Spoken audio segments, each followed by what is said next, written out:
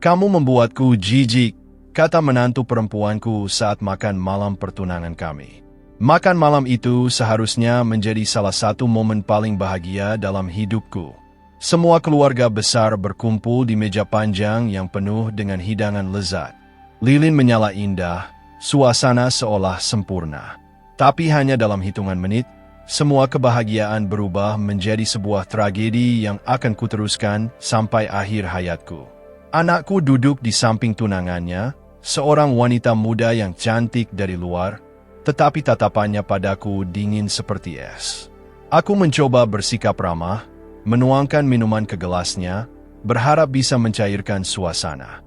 Namun, saat itu terjadi, dia menatapku dengan wajah penuh kebencian dan berkata keras di depan semua orang, "Kamu membuatku jijik." Semua orang terdiam. Suara sendok jatuh dari tangan salah satu kerabat, bergema di tengah keheningan. Aku terpaku, tubuhku membeku, sementara hatiku seperti diremas dengan kasar. Bagaimana mungkin calon menantuku berani mengucapkan kata-kata setajam itu?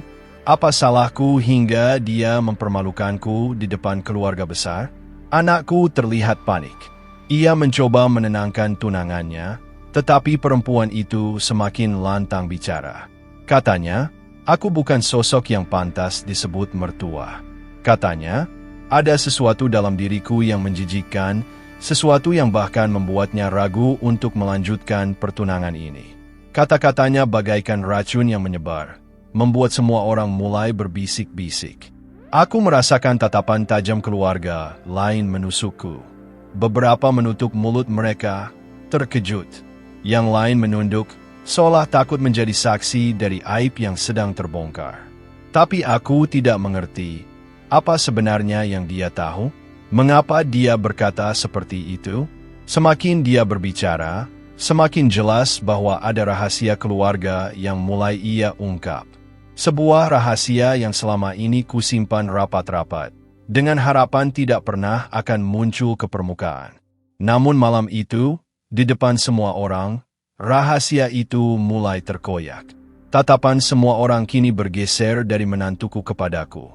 Seolah-olah aku tiba-tiba menjadi terdakwa dalam sebuah persidangan yang tidak pernah kuharapkan.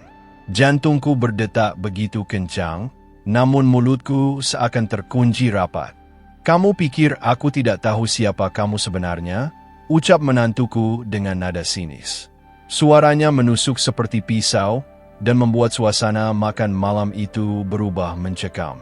Anakku mencoba menghentikannya. "Cukup. Jangan lakukan ini di sini." Tapi menantuku menepis tangannya dengan kasar. "Tidak, semua orang harus tahu siapa calon mertua mereka."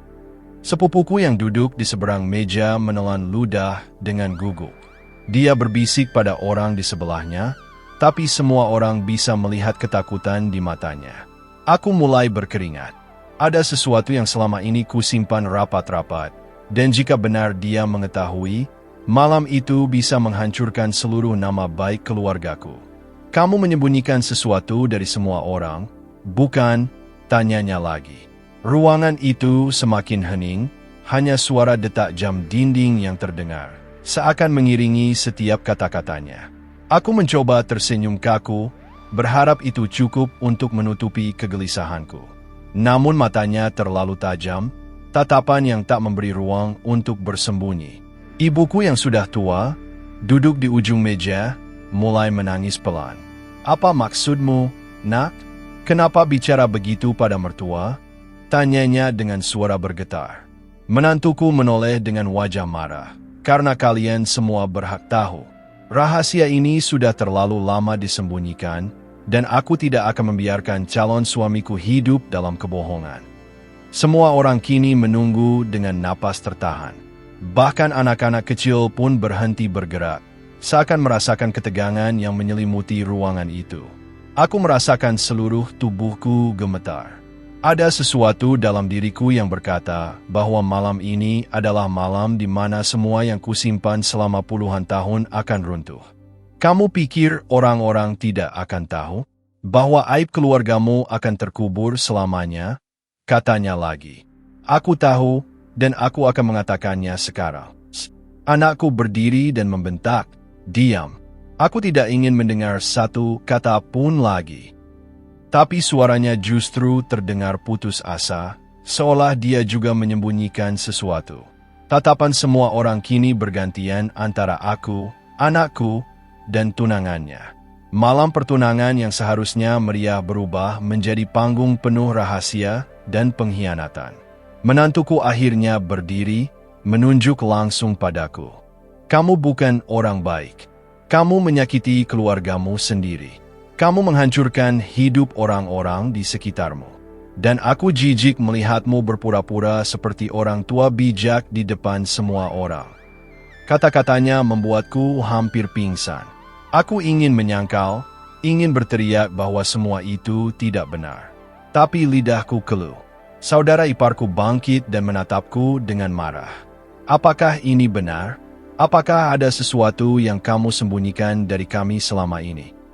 Aku mencoba bicara, tapi suaraku parau. Aku tidak tahu apa yang dia bicarakan. Namun semua orang bisa melihat dari raut wajahku bahwa aku berbohong. Keringat dingin membasahi pelipisku, dan tangan gemetarku menggenggam ujung meja. Menantuku menyeringai, seolah puas melihat penderitaanku. Lihat, bahkan dia tidak bisa menyangkal dengan jelas. Anakku terlihat hancur.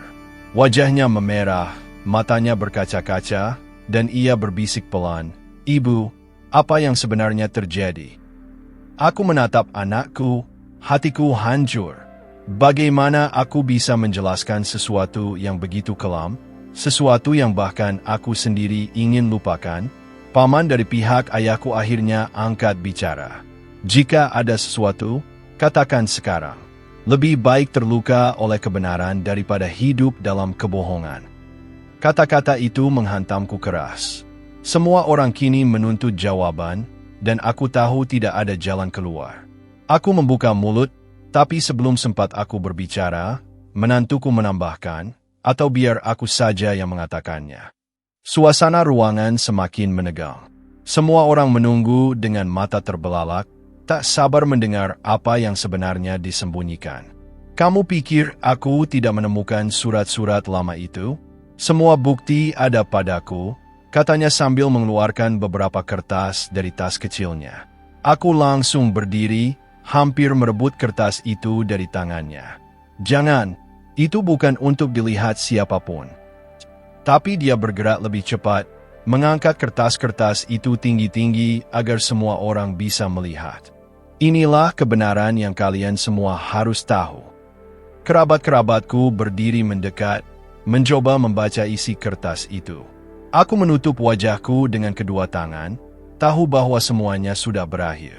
"Selama ini dia menipu kalian semua," kata menantuku dengan suara bergetar tapi penuh dendam. "Dia bukan sosok yang kalian pikirkan." Ibuku berteriak histeris, "Hentikan! Jangan lakukan ini di depan semua orang." Tapi menantuku tidak berhenti. Dia mulai membaca isi surat itu keras-keras, membuat setiap kata terasa seperti pisau yang menusuk jantungku. Aku mendengar nama-nama, peristiwa lama, dan dosa-dosa yang seharusnya terkubur selamanya. Semua diungkapkan tanpa ampun. Suara tangisan mulai terdengar dari beberapa anggota keluarga. Ada yang tak percaya, ada yang marah, ada pula yang memandangku dengan tatapan jijik. Aku ingin berlari keluar dari ruangan itu, meninggalkan semuanya. Tapi kakiku seolah terpaku di lantai, tak bisa bergerak. Anakku berteriak, "Berhenti!" Aku tidak peduli apapun masa lalunya, dia tetap ibuku. Tapi suaranya tenggelam di tengah bisikan, teriakan, dan kegemparan keluarga yang kini pecah seperti kaca yang dihantam batu. Menantuku menoleh ke arah anakku. "Kamu tidak mengerti. Jika kamu tahu semuanya, kamu juga tidak akan pernah bisa memaafkannya." Aku jatuh terduduk di kursi, tubuhku gemetar hebat. Malam itu aku merasa lebih telanjang daripada sebelumnya.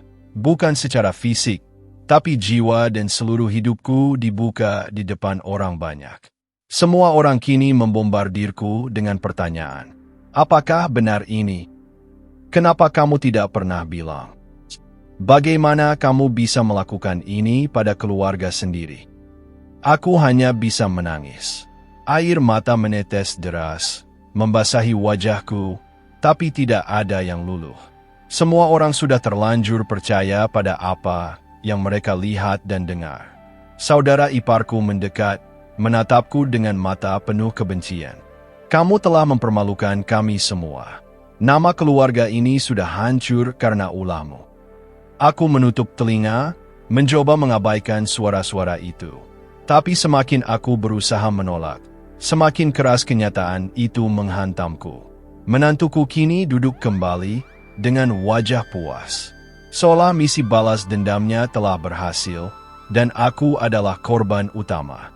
Anakku berlari keluar dari ruangan, menabrak kursi dan menjatuhkan gelas. Suaranya menggema, meninggalkan kehancuran yang lebih dalam. Aku ingin mengejarnya, tapi tubuhku tak sanggup berdiri. Hanya isak tangis yang keluar, membuat suasana semakin kelam. Beberapa keluarga mulai beranjak pergi. Mereka tidak ingin menjadi saksi lebih lama dari kehancuran ini. Lilin yang tadi indah kini terlihat seperti nyala yang muram, menyoroti wajah-wajah penuh kebencian dan kekecewaan. Dan aku, seorang ibu, seorang mertua yang dianggap hina, hanya bisa duduk di sana, dikelilingi oleh runtuhan cinta, kepercayaan, dan keluarga yang hancur berantakan.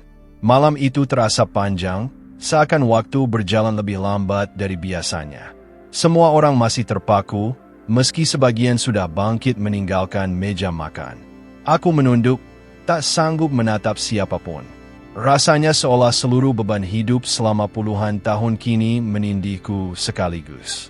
Menantuku memandangku dengan senyum tipis penuh kemenangan.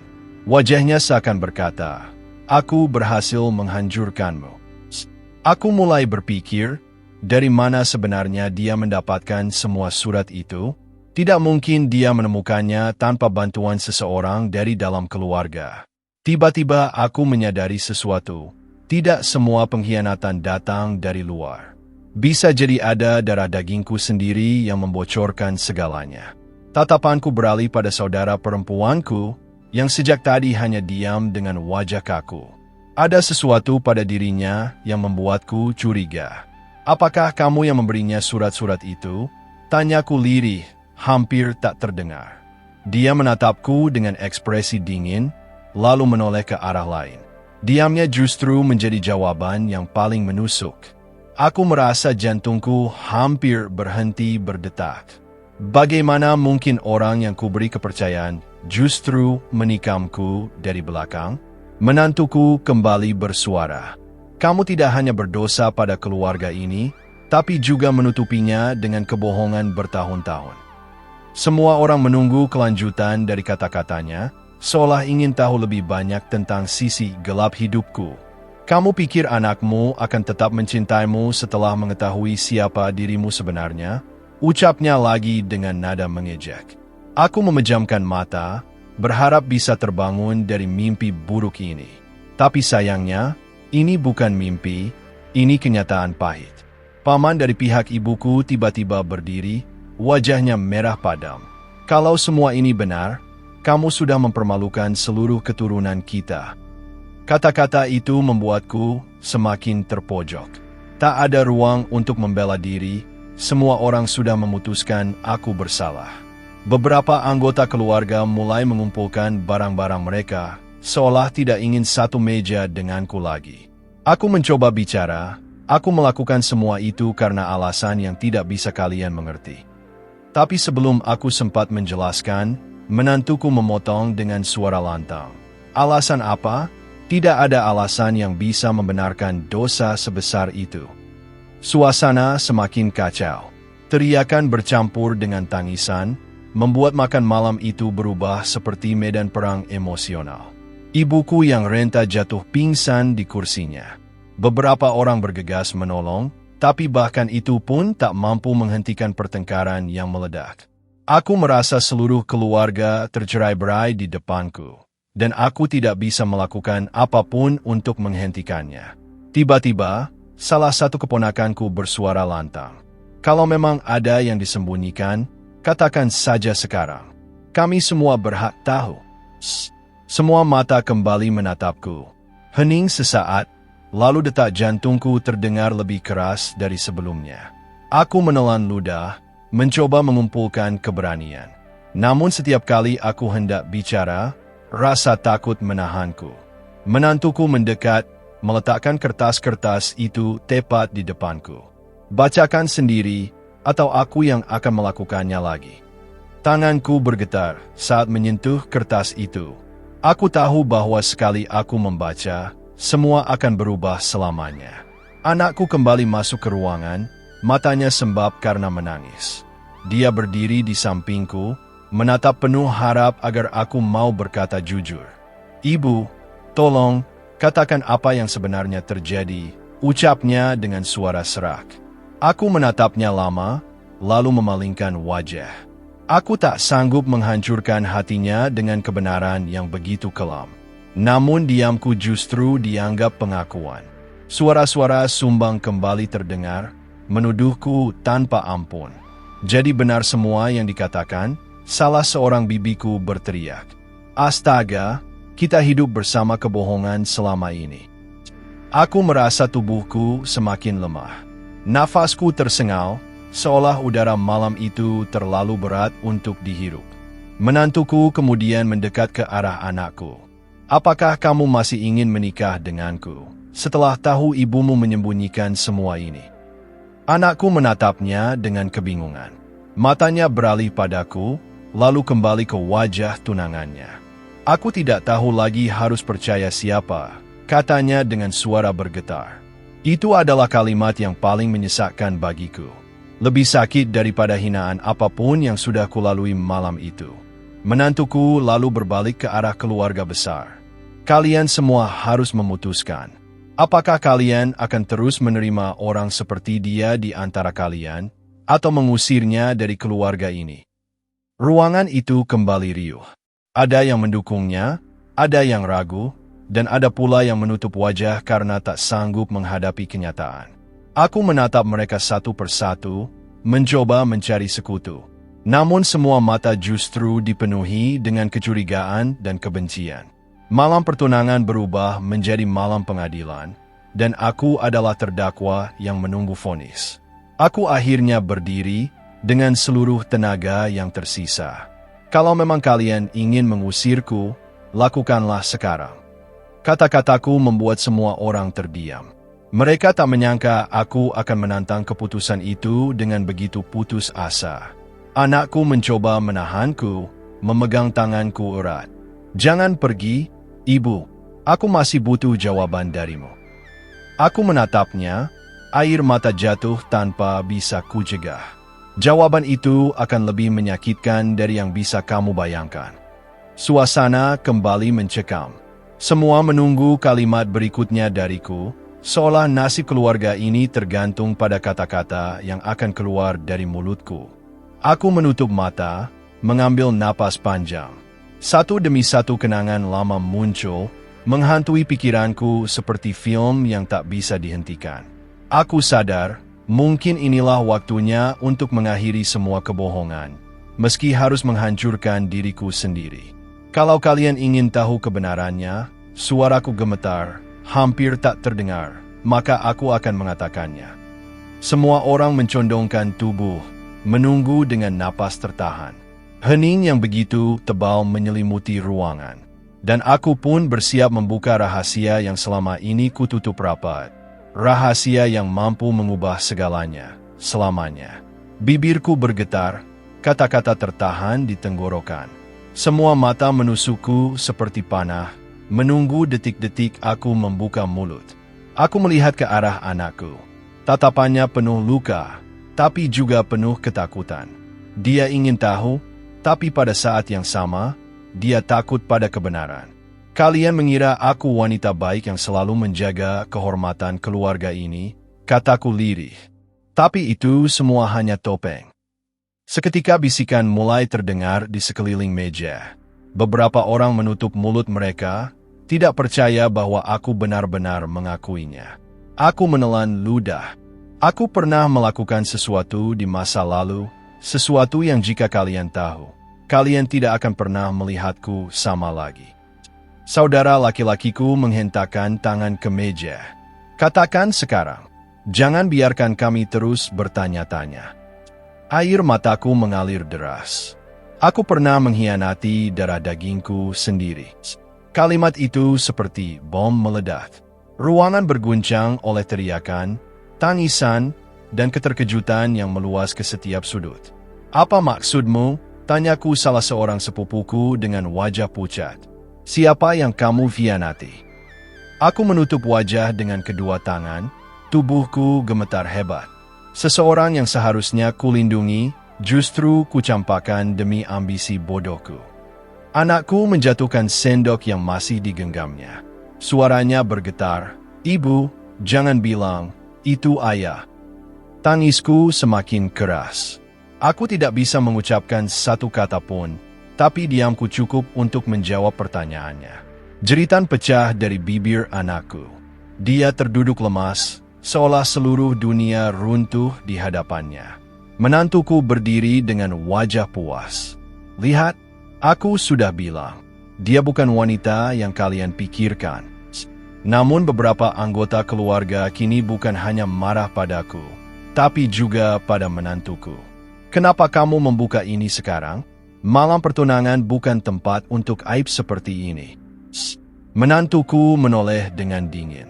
Karena kebenaran tidak boleh ditunda. Semakin lama disembunyikan, semakin banyak nyawa yang hancur. Aku mencoba berbicara lagi. Aku tidak melakukannya karena benci. Aku melakukannya karena aku lemah. Tapi tak seorang pun peduli pada alasanku. Yang mereka dengar hanyalah pengakuan dosa yang tak bisa dihapuskan. Lilin di meja bergetar tertiup angin dari jendela yang terbuka. Bayangan wajah-wajah penuh kebencian menari di dinding, menciptakan suasana seperti neraka di bumi. Dan aku, berdiri di tengah pusaran amarah itu, menyadari bahwa mulai malam ini, aku bukan lagi bagian dari keluarga yang dulu kupanggil rumah. Saat semua orang terdiam, tiba-tiba anakku berdiri dengan wajah penuh amarah. "Cukup, jika kalian ingin menghakimi ibuku, lakukan juga padaku, karena aku tahu rahasia ini sejak lama." Ruangan mendidih. Semua orang terperangah mendengar pengakuannya. Menantuku terbelalak. Tidak menyangka rencana penghancurannya justru berbalik. "Ya, lanjut anakku," suaranya bergetar tapi lantang. "Aku tahu ibuku pernah mengkhianati ayahku. Aku tahu semua surat itu. Tapi aku memilih diam, karena aku masih mencintai ibuku meskipun dia penuh dosa." Tangisan pecah dari beberapa sudut ruangan. Sebagian anggota keluarga menunduk, tak sanggup menatap ke arah kami. Sebagian lagi menatapku dengan jijik yang semakin dalam. Menantuku menjerit marah. "Jadi kamu rela menikah dengan seseorang yang keluarganya busuk seperti ini? Kamu buta, atau kamu juga sama kotornya?" Anakku menatapnya dingin. "Lebih baik aku menikah dengan seseorang yang kotor tapi jujur, daripada hidup bersama orang munafik yang hanya tahu menghancurkan keluarga orang lain." Kata-kata itu menusuk menantuku. Dia berteriak histeris, membanting gelas ke lantai hingga pecah berkeping-keping. Suasana berubah kacau, dan beberapa orang berusaha melerai. Aku berdiri dengan tubuh gemetar. "Cukup. Jika aku memang membawa aib, maka biarkan aku pergi. Tapi ingatlah satu hal, dosa terbesarku adalah mencoba melindungi kalian dengan kebohongan. Dan malam ini, aku membayar semuanya." Dengan air mata mengalir deras, aku melangkah keluar dari ruangan. Suara teriakan, tangisan, dan pecahan kaca tertinggal di belakangku. Sementara setiap langkahku terasa seperti memisahkan diriku selamanya dari keluarga yang kucintai. Malam pertunangan itu pun berakhir bukan dengan tawa dan cinta, melainkan dengan kehancuran, kebencian, dan rahasia kelam yang akhirnya terbongkar. Dan sejak hari itu, nama keluargaku tak pernah lagi disebut dengan rasa bangga. Hanya sebagai kisah gelap keluarga yang akan dikenang dengan rasa jijik dan duka. Terima kasih banyak sudah mendengarkan cerita ini sampai akhir. Kalau kalian suka, jangan lupa untuk memberikan like dan tinggalkan komentar tentang pendapat kalian mengenai kisah penuh misteri dan emosi ini. Pendapat kalian sangat berarti bagi kami. Dan agar tidak ketinggalan cerita-cerita berikutnya tentang drama keluarga yang penuh kejutan, segera subscribe channel ini dan aktifkan lonceng notifikasi. Dengan begitu, kalian akan selalu menjadi yang pertama menerima setiap episode baru.